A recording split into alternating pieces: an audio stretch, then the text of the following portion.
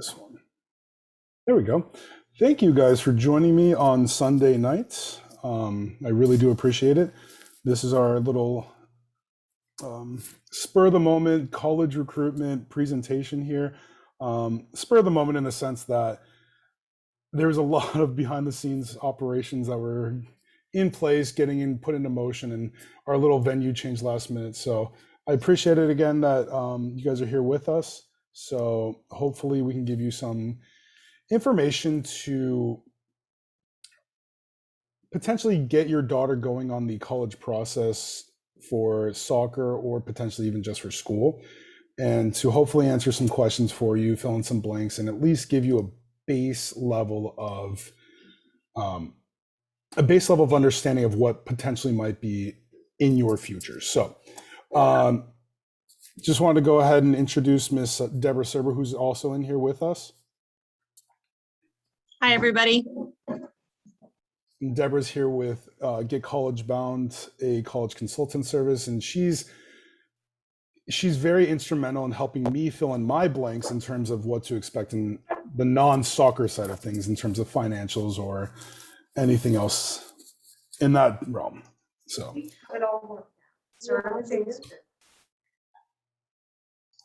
all right, take care of that. Good. So here we go. Right now I'm on our little website that we created.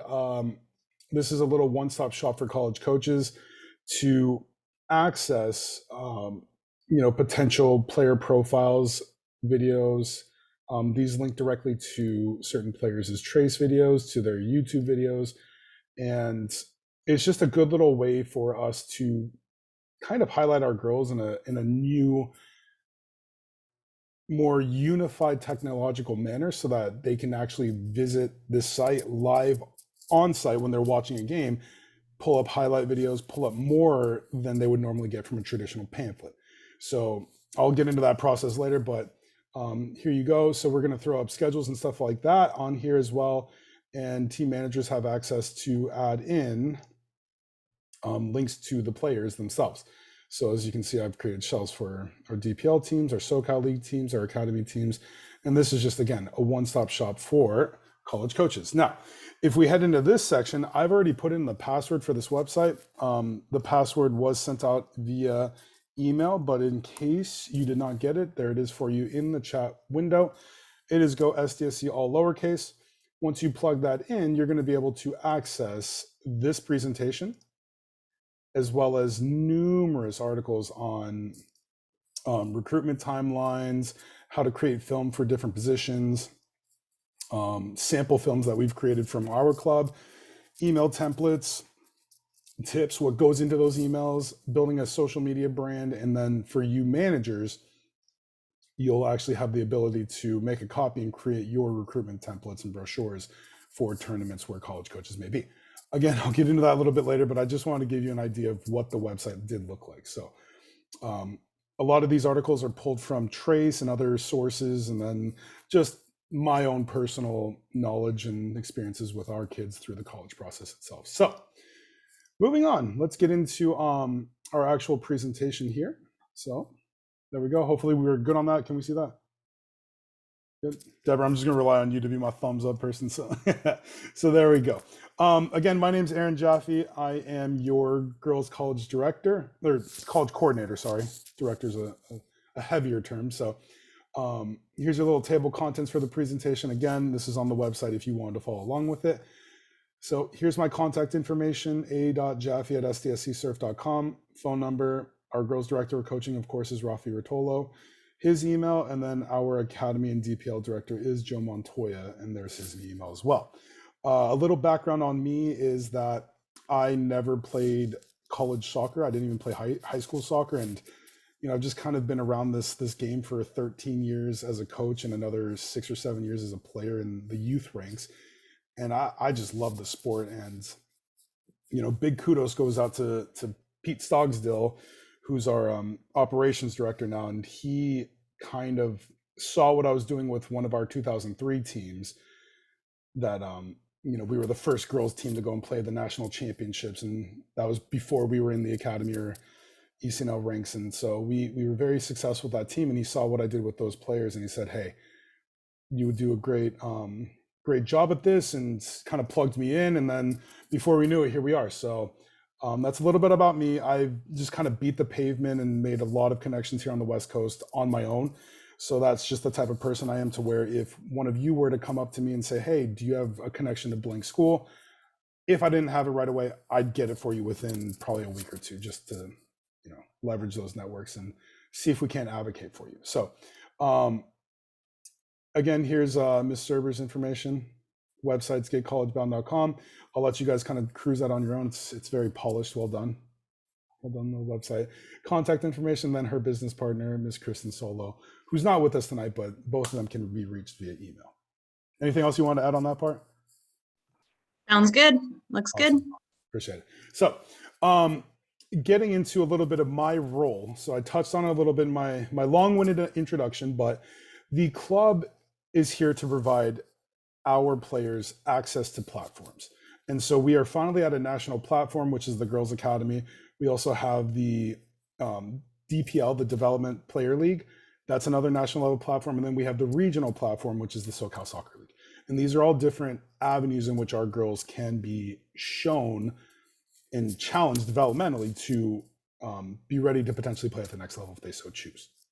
The coach is here to perform or help the players perform at those platforms, and to enter tournaments and showcases where they'll be seen by those college coaches.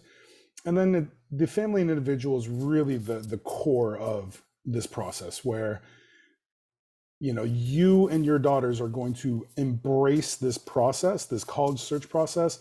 It requires a lot of self-reflection, and it requires a lot of intrinsic motivation to just get up and go and just keep after it.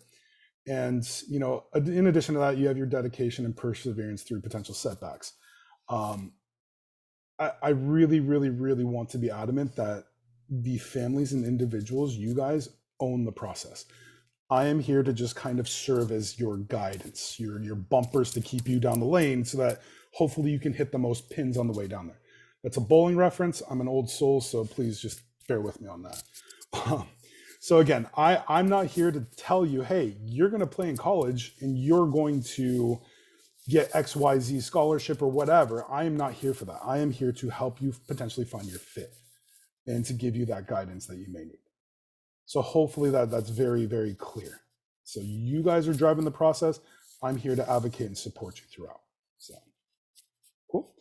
If at any point you guys have any questions, please toss them in the chat. Ms. Server is going to go ahead and, let me know if anything pops up for her. So please message Deborah Server. She's on here, and not me, because I probably will miss it just because I'm going through the slides. Appreciate it.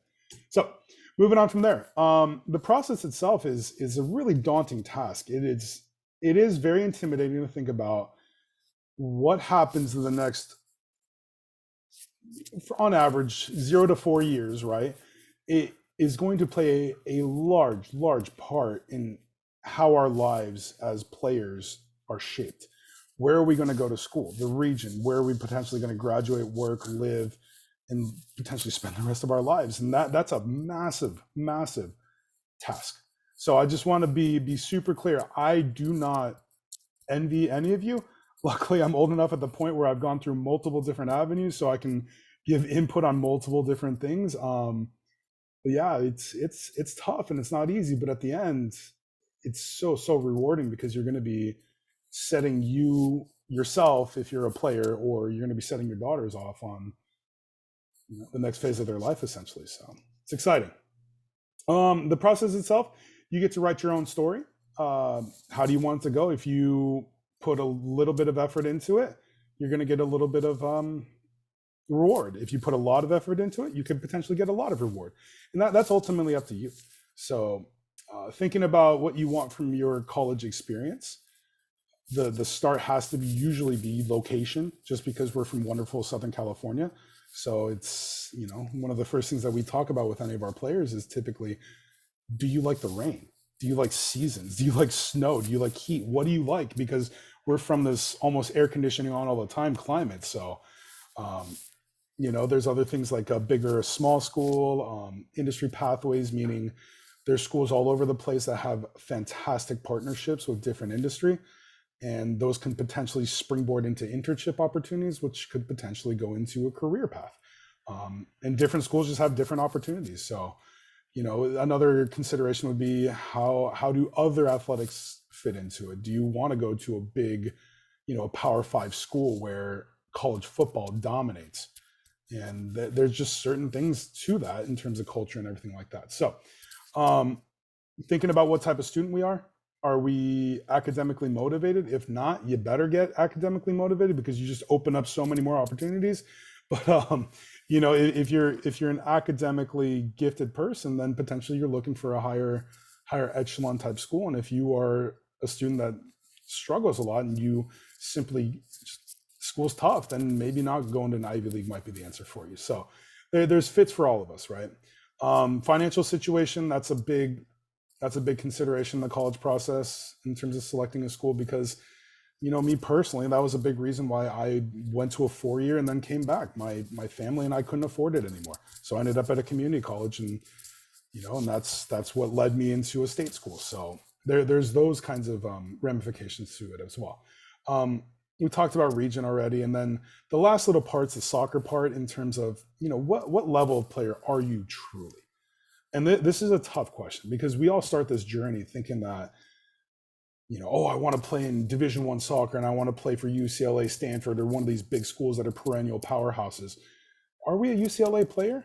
Or is there a different fit for us that might be better in terms of academics, better in terms of finances, better in terms of the college experience? And that's just one of those things where we have to really be honest with ourselves, and talk to our coaches, talk to me, and get me out to a game if I haven't seen you play exponential times already, and to give you that little bit of feedback, and then to take that feedback within and either agree with it or get a chip on your shoulder to work even harder to prove it. You know what I mean? So it's one of those two things. The third option would be just, we won't even talk about the third option, but those are the two options. So the last little part right here is so relevant to all of us: is, are you doing the extra as a player or just the minimum? Are you doing the extra as a student or just the minimum? Are you doing the extra as a human or just the minimum? And so there's a lot of, like I said, that intrinsic motivation to invest in ourselves as players so that we can be better in all facets of our life. So moving on from there. So there's lots of different college soccer experiences that we could have. The heavily recruited might be your 4-year starters. That's very rare.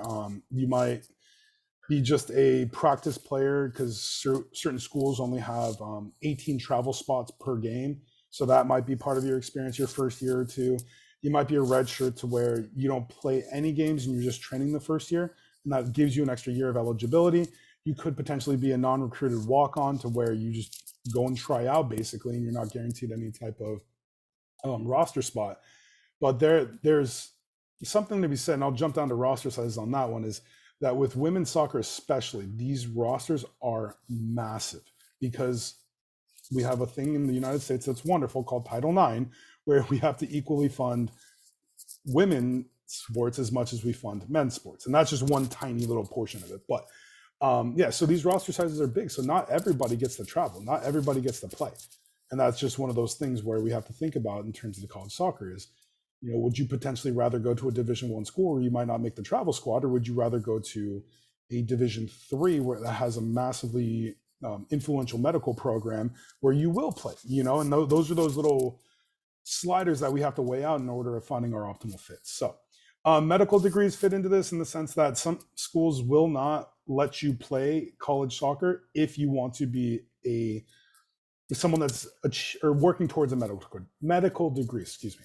Why is that? Because you have to do certain clinical hours that directly conflict with practice times and whatnot. So another thing to think about on your search is, say you wanted to be a registered nurse. Well, certain schools will not allow players to be RNs and work towards that BSN degree, Bachelor's of Science in Nursing. So other thing to think about. And then scholarship versus walk-on, what's the difference? Well, scholarship means that you are being offered some type of athletic grant or athletic aid for sporting reasons, versus walk-on, typically you're not going to get any type of money.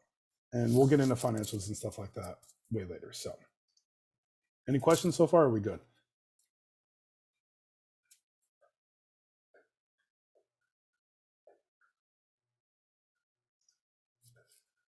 think we're okay on my end. I think we're good. Good. Okay, perfect. So, freshman year. I don't want to read too much of the slide to you, but the freshman year is really the time to start thinking about things. Do we want to play in college? If we do, what do we need to do in order to get ourselves ready for that level? What do we need to do in order to get ourselves the exposure for that level? So again, our role as a club is we provide you access to these platforms. Our roles as coaches is that we enter tournaments and showcases that get you out there to those coaches, in essence. But then a big part of that is these last little sections here are kind of like the intangibles of starting to watch college soccer games. So we live in San Diego, and I think we have seven or eight different college programs, from community college all the way up to the NC2A level. So there's multiple opportunities to watch games. And this is the biggest thing for me, even as a coach, is just to get our daughters, our kids, watching college soccer games. Because at that level, not only are we learning the game a little bit more, because this is the next level of competition that's out there for us, but at the same time too is we're figuring out, can we compete at this level? We need to also start working on film. We need to also start exploring websites, and I have some links for you guys, and we'll visit those together here in a second, to find schedules, rosters, contact information, that type of stuff, just to begin the process of collecting data for ourselves and thinking about what school we potentially might want to go to. As far as NC2A regulations go, or college regulations, because NAI is kind of in this too, you can contact anyone you want to. You can send them emails, you can call them on the phone, you can do whatever you want to. The colleges are the ones that have the restrictions. So they may not be able to respond past a form email asking you for more information via like a form or a survey, so that they can send you information based on their ID camps and whatnot. So they're not going to be able to directly talk to you, but you can talk to them.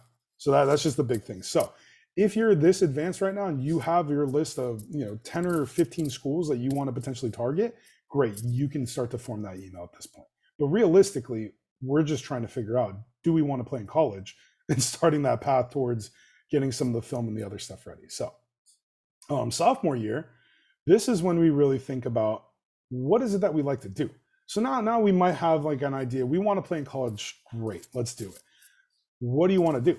What do you like doing? And it doesn't have to be, I want to be a veterinarian. It could be, I really like working with animals. I really like helping things. And I just have this kind, altruistic character trait to myself. And maybe that's what leads you to a degree in vet studies, veterinary science. It's in there somewhere. It's in my brain. So you get what I'm talking about. So this is the part where, identifying those character traits might help you find a potential degree path for yourself in the future to get yourself into the career that you potentially might want to do. Do you need to know what you want to do by this point? Probably not. I mean, you're a sophomore in high school. I didn't know what I wanted to do until I was a sophomore in college. So, there we are. So the biggest thing is to get to a point though, where you can find that interest, something that you're interested in, so that we can start looking at potential majors. And that's the big thing. So now we can really start honing in on our list, making our target school list, so that I can get involved too and help you understand and rationalize your list, right? So that we can start emailing. So we can start emailing and calling and building some relationships with them. This is sophomore year, right? Also on this list, watching college soccer games. You're going to notice this is on every single thing. Every single slide, watch college soccer games. We got to do it. We should have our highlight video complete by this point. The club has invested pretty heavily in Veo and Trace, and those are two wonderful camera systems that enable us to create easy videos. So the website I just linked, if you click on a couple of players, they have their Trace highlight clip that they created within the Trace studio up there. So that's a completely valid way to do it. I'll get into that stuff a little bit more later though. Again, you can contact coaches. They can't contact you beyond a form email. Not that you need to worry about it. Contact coaches if you're ready to contact coaches. So junior year, we really need to start getting serious. This is typically the hardest year in the classroom as it is on the field. You're going to also have your ACT, SAT potentially. This is where I'm going to tag Ms. Serber here. What have you heard about the SAT coming back? So the SAT and ACT have always been required across the US. it was strictly California schools, the UCs and the Cal States, that were trying to do away with it and put another assessment in place. However, when I just talked to UC Davis 2 weeks ago, they are not feeling they're going to be able to have a separate assessment. So they're talking about considering definitely the class of 2024. The class of 2023, they're still not sure about, but definitely the class of 2024 will have to have an SAT or ACT score to submit. And that would require families to do that, or students to do that by next year, especially for eligibility for the soccer. Awesome, thank you. So there it is, straight from the server. That's still a thing. There, that at the end of the day, that's still a thing. So just be prepared for that. You at this point, we should be ready to really hone in on target schools and building relationships, which potentially could include attending ID camps, just even as simple as saying hello to them on a field if you see them at one of our showcase or tournament events, and getting to a point where we can start having two-way dialogue. So junior year is the year. So if we have two-way dialogue with the school, fantastic. If you don't, we need to work towards that point to have that two-way dialogue. So where we're not just contacting a school and they're sending us form emails back. We want individualized contacts to where they know who you are, they know some of your interests. We'll get into phone calls and stuff when we talk individually if you get to this point, but certain things like whether or not you like Marvel movies or Star Wars and whatnot, just those little fun tidbits to where they remember who you are. And this is that point as junior year. If you are planning on playing in college and your talks are decent enough to where you feel comfortable with that, you can go into the NCAA portal and register just to get ahead of that process. Super easy. It's forms, transcripts, really simple stuff. And then again, we are emailing and calling target schools. If you're far along enough in the communication process, then you can text or call them as well. And then you potentially would start visiting target schools as well. So, and then there's that ID camp portion. So senior year, senior year is far from done. Even if you've made your verbal commitment, senior year, you want to continue pushing academically so that you can push yourself into the areas where you qualify for academic aid. And I'm going to tag out again, just Ms. Server, if you want to elaborate on that just a little bit, what academic aid looks like. So merit aid, need aid are the two terms that families will hear beyond the athletic side. And for every student, you want to have their student qualify for merit aid as much as possible. So there's different levels. Coming from out of state, you might have a Western undergraduate, like a qualification just based on your state.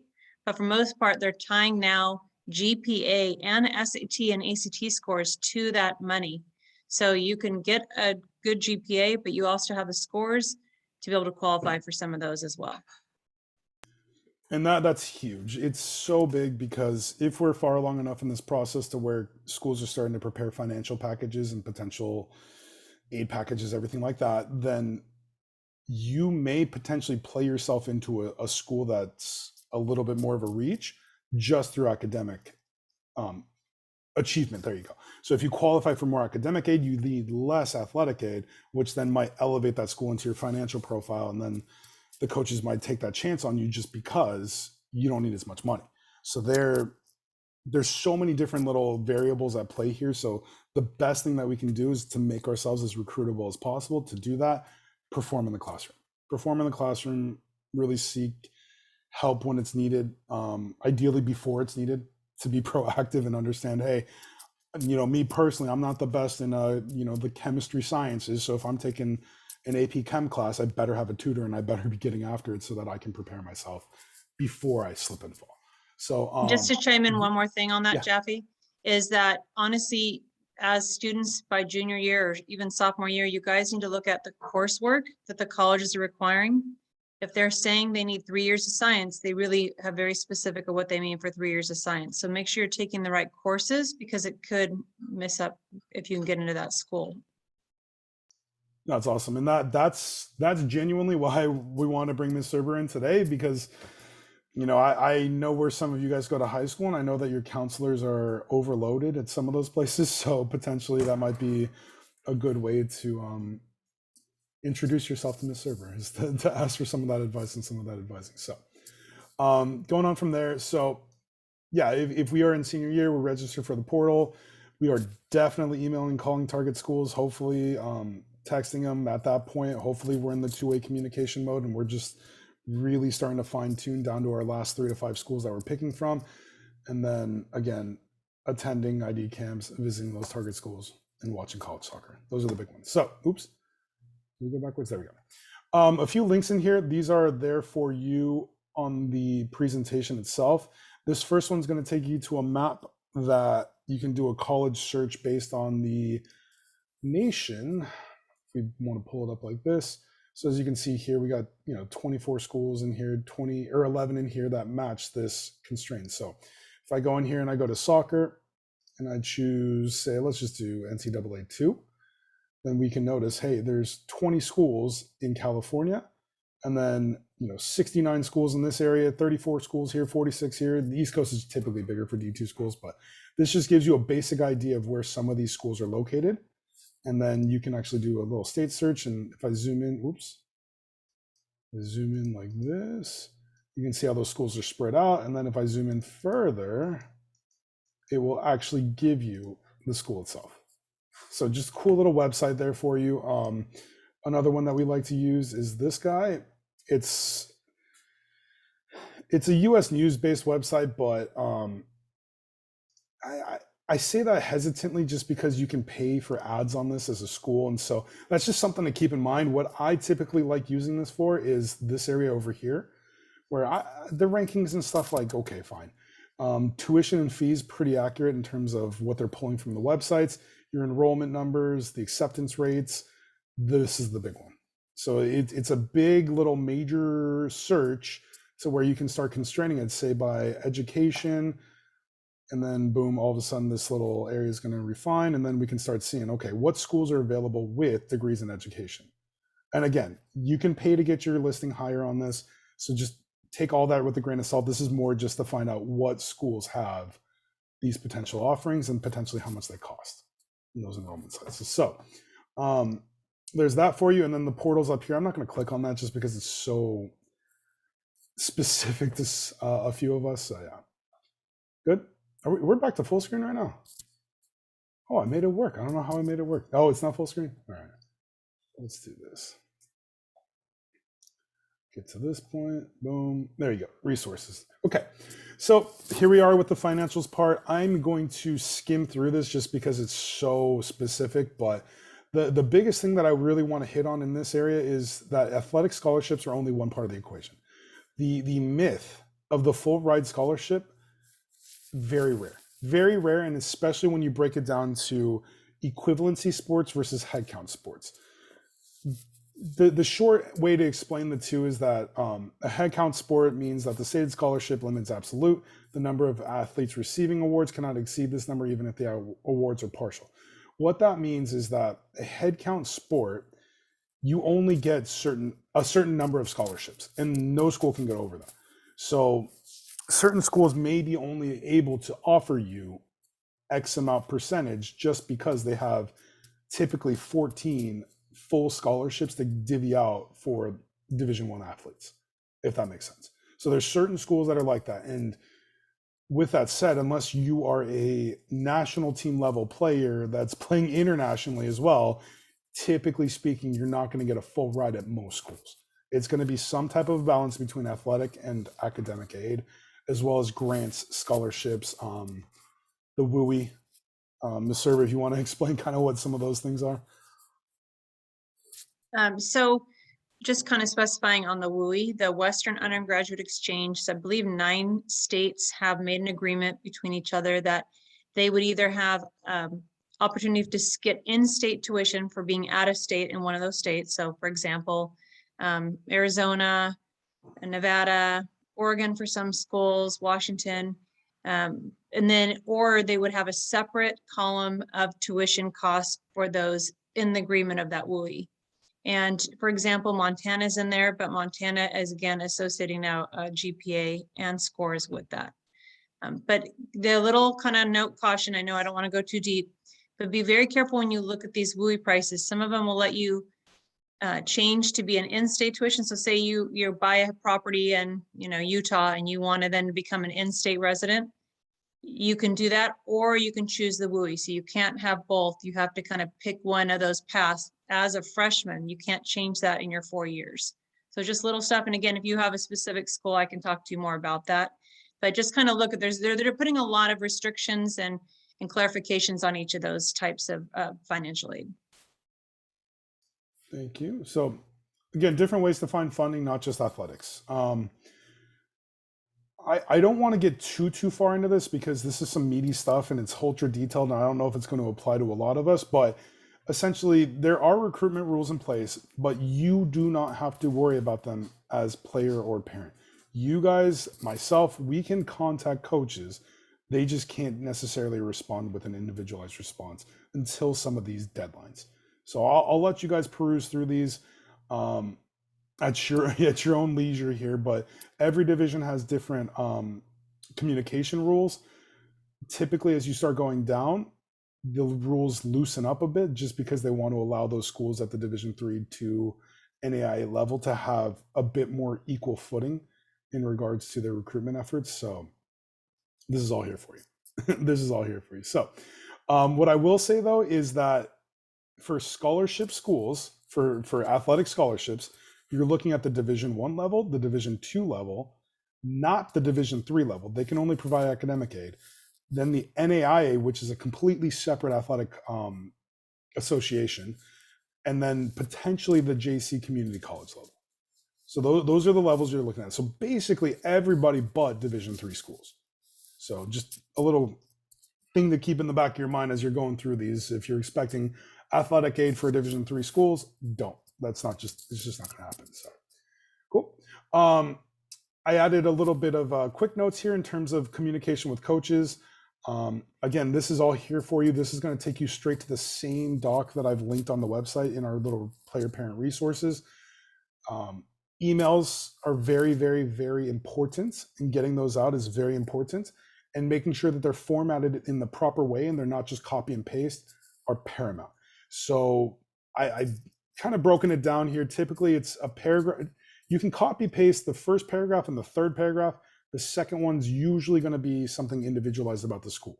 So I am emailing you, coach, about UNLV because I want to be a hotel administration major and you have one of the best programs in the nation. I also noticed that you guys won your conference last year, so on and so forth. And that's the part that you need to change. The first part where you're introducing yourself, you're providing your background information, grad year, GPA, that type of stuff doesn't need to change.